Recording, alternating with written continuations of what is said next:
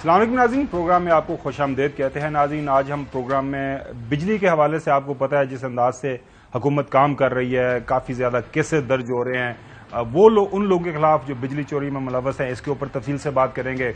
Dollar نیچے آ رہا ہے، کیا وجوہات ہیں کہ جو پی ڈی ایم کی تجربہ کار حکومت تھی وہ کنٹرول نہیں کر پائی، اس کے اوپر بھی ہم جو ہے متعلقہ کوارٹر سے خبر لے کے آپ کے ساتھ شیئر کریں گے۔ اس کے ساتھ ساتھ ناظرین، وہ 90 دن کے الیکشن کا معاملہ ہے، آپ کو پتہ ہے وہ چل ہی رہا ہے۔ صدر پاکستان ڈاکٹر عارف علوی صاحب کا آج آخری دن ہے، ان کی جو 5 سالہ مدت تھی وہ رکیں گے کہ جا رہے ہیں، ان کے حوالے سے بھی ہمارے پاس کچھ اطلاعات ہیں، وہ بھی آپ کے ساتھ شیئر کریں گے۔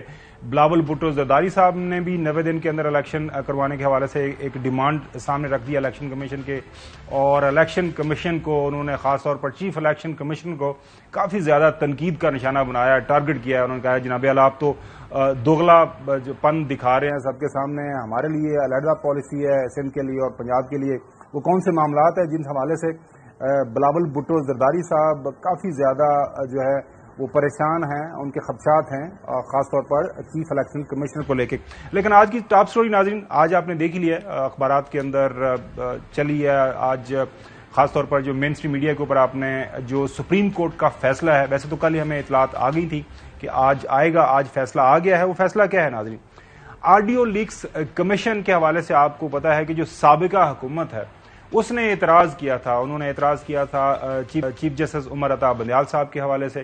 آپ کو پتا ہے ایک آڈیو لیک آ گئی تھی ان کے رشتہ داروں کے حوالے سے، پھر اعجاز الحسن صاحب کے حوالے سے، پھر انہوں نے جسٹس مظاہر علی نقوی صاحب کے حوالے سے بھی اعتراض اٹھا دیا تھا، اور انہوں نے کہا تھا جناب اعلیٰ یہ جو ججز صاحبان ہیں ان کا جو کانڈکٹ ہے وہ شو کرتا ہے کہ کانفلکٹ آف انٹرسٹ ہے ان کا، وہ ایک طرف جھکاؤ رکھتے ہیں، لہٰذا یہ جو ججز صاحبان ہیں ان کو مختلف بینچز سے علیحدہ ہو جانا چاہیے۔ اس کیس کو لے کے پھر ایک 5 ممبر بینچ بنا، اس نے سارے کا سارا کیس سنا، آج اس کا تفصیلی فیصلہ آ گیا ہے۔ جسٹس عمر عطا بندیال صاحب نے اس تفصیلی فیصلے کو لکھا ہے، اس کے جو چیدہ پوائنٹ ناظرین وہ آپ کے سامنے رکھ دیتے ہیں۔ اس کے بعد ہم نے دعوت دی اپنے پروگرام میں احمد پنسوتا صاحب کو، تفصیل سے بات کریں گے کہ اس جو آج کی جو ججمنٹ آئی ہے فیوچر کے اندر اس کے کیا اثرات ہوں گے، خاص طور پر آڈیو لیکس کو لے کے۔ ناظرین، آج یہ جو تفصیلی فیصلہ آیا ہے اس کے اندر یہ فرمایا جاتا ہے کہ آڈیو لیکس کمیشن کیس سننے والے بینچ کے ججز پر اعتراضات کی متفرق درخواست مضمون مقاصد کے لیے دائر کی گئی جو میرٹ اور قانونی قوت سے آری ہے۔ ہمارے ذہنوں میں بینچ سے علیحدگی کی درخواست میں وجوہات میں کمی نظر آئی، اس وجہ سے یہ عدلیہ کی آزادی پر حملہ ہے، اس لیے بینچ سے علیحدگی کی درخواست کو خارج کیا جاتا ہے۔ وفاقی حکومت نے عدالتی فیصلوں میں تاخیر کے لیے طرح کی چالیں اور حربے آزمائے اور عدالتی فیصلوں کی بے توقیری کی گئی۔ وفاقی حکومت 4 اپریل کا فیصلہ چیلنج کرنے کی بجائے الیکشن کمیشن کی نظر ثانی اپیل کے پیچھے چھپ گئی۔ یہ ناظرین، یہ وہ کیس ہے آپ کو یاد ہوگا پنجاب میں الیکشن کے حوالے سے۔ اسی دوران پارلیمنٹ نے ریویو آف ججمنٹس ایکٹ منظور کیا جسے سپریم کورٹ آئین سے متصادم قرار دے چکا ہے۔ اس کے بعد وفاقی حکومت نے متعدد آئینی مقدمات سے متعدد ججز کو الگ کرنے کے لیے بار بار اعتراضات اٹھائے۔ مفادات کا ٹکراؤ اور تعصب جیسے خیالی بنیادوں پر درخواستیں دائر کی گئیں۔ آڈیو لیکس کیس کے خلاف اعتراضات کی درخواست دائر کرنے کا مقصد چیف جسٹس پاکستان کو بینچ سے علیحدہ کرنا تھا۔ آڈیو لیکس منظر عام پر آنے کے بعد وفاقی حکومت اور اتحادی جماعتیوں کی جانب سے عدالتی فیصلوں اور ممکنہ کارروائی پر دھمکیاں دی گئیں۔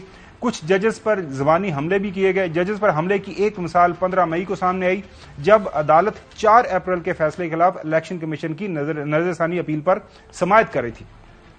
4 اپریل کو سپریم کورٹ نے پنجاب میں 14 مئی کو انتخابات کرانے کا حکم دیا۔ 15 مئی کو حکومت کی اتحادی جماعتوں نے سپریم کورٹ کے باہر جارحانہ ایک مظاہرہ کیا۔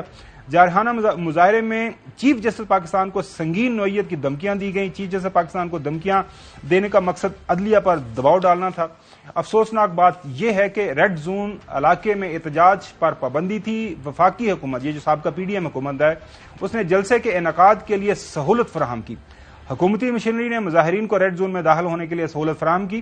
سپریم کورٹ کے باہر احتجاجی مظاہرے کا مقصد عدلیہ پر دباؤ ڈالنا، وفاقی حکومت کی مدد سے پاور شو عدلیہ کی آزادی پر براہ راست حملہ تھا۔ وفاقی حکومت صوبائی اسمبلیوں میں انتخابات کروانے کے کیس کے خلاف میں عوامی فورمز پر اشتعال انگیز بیانات دیے۔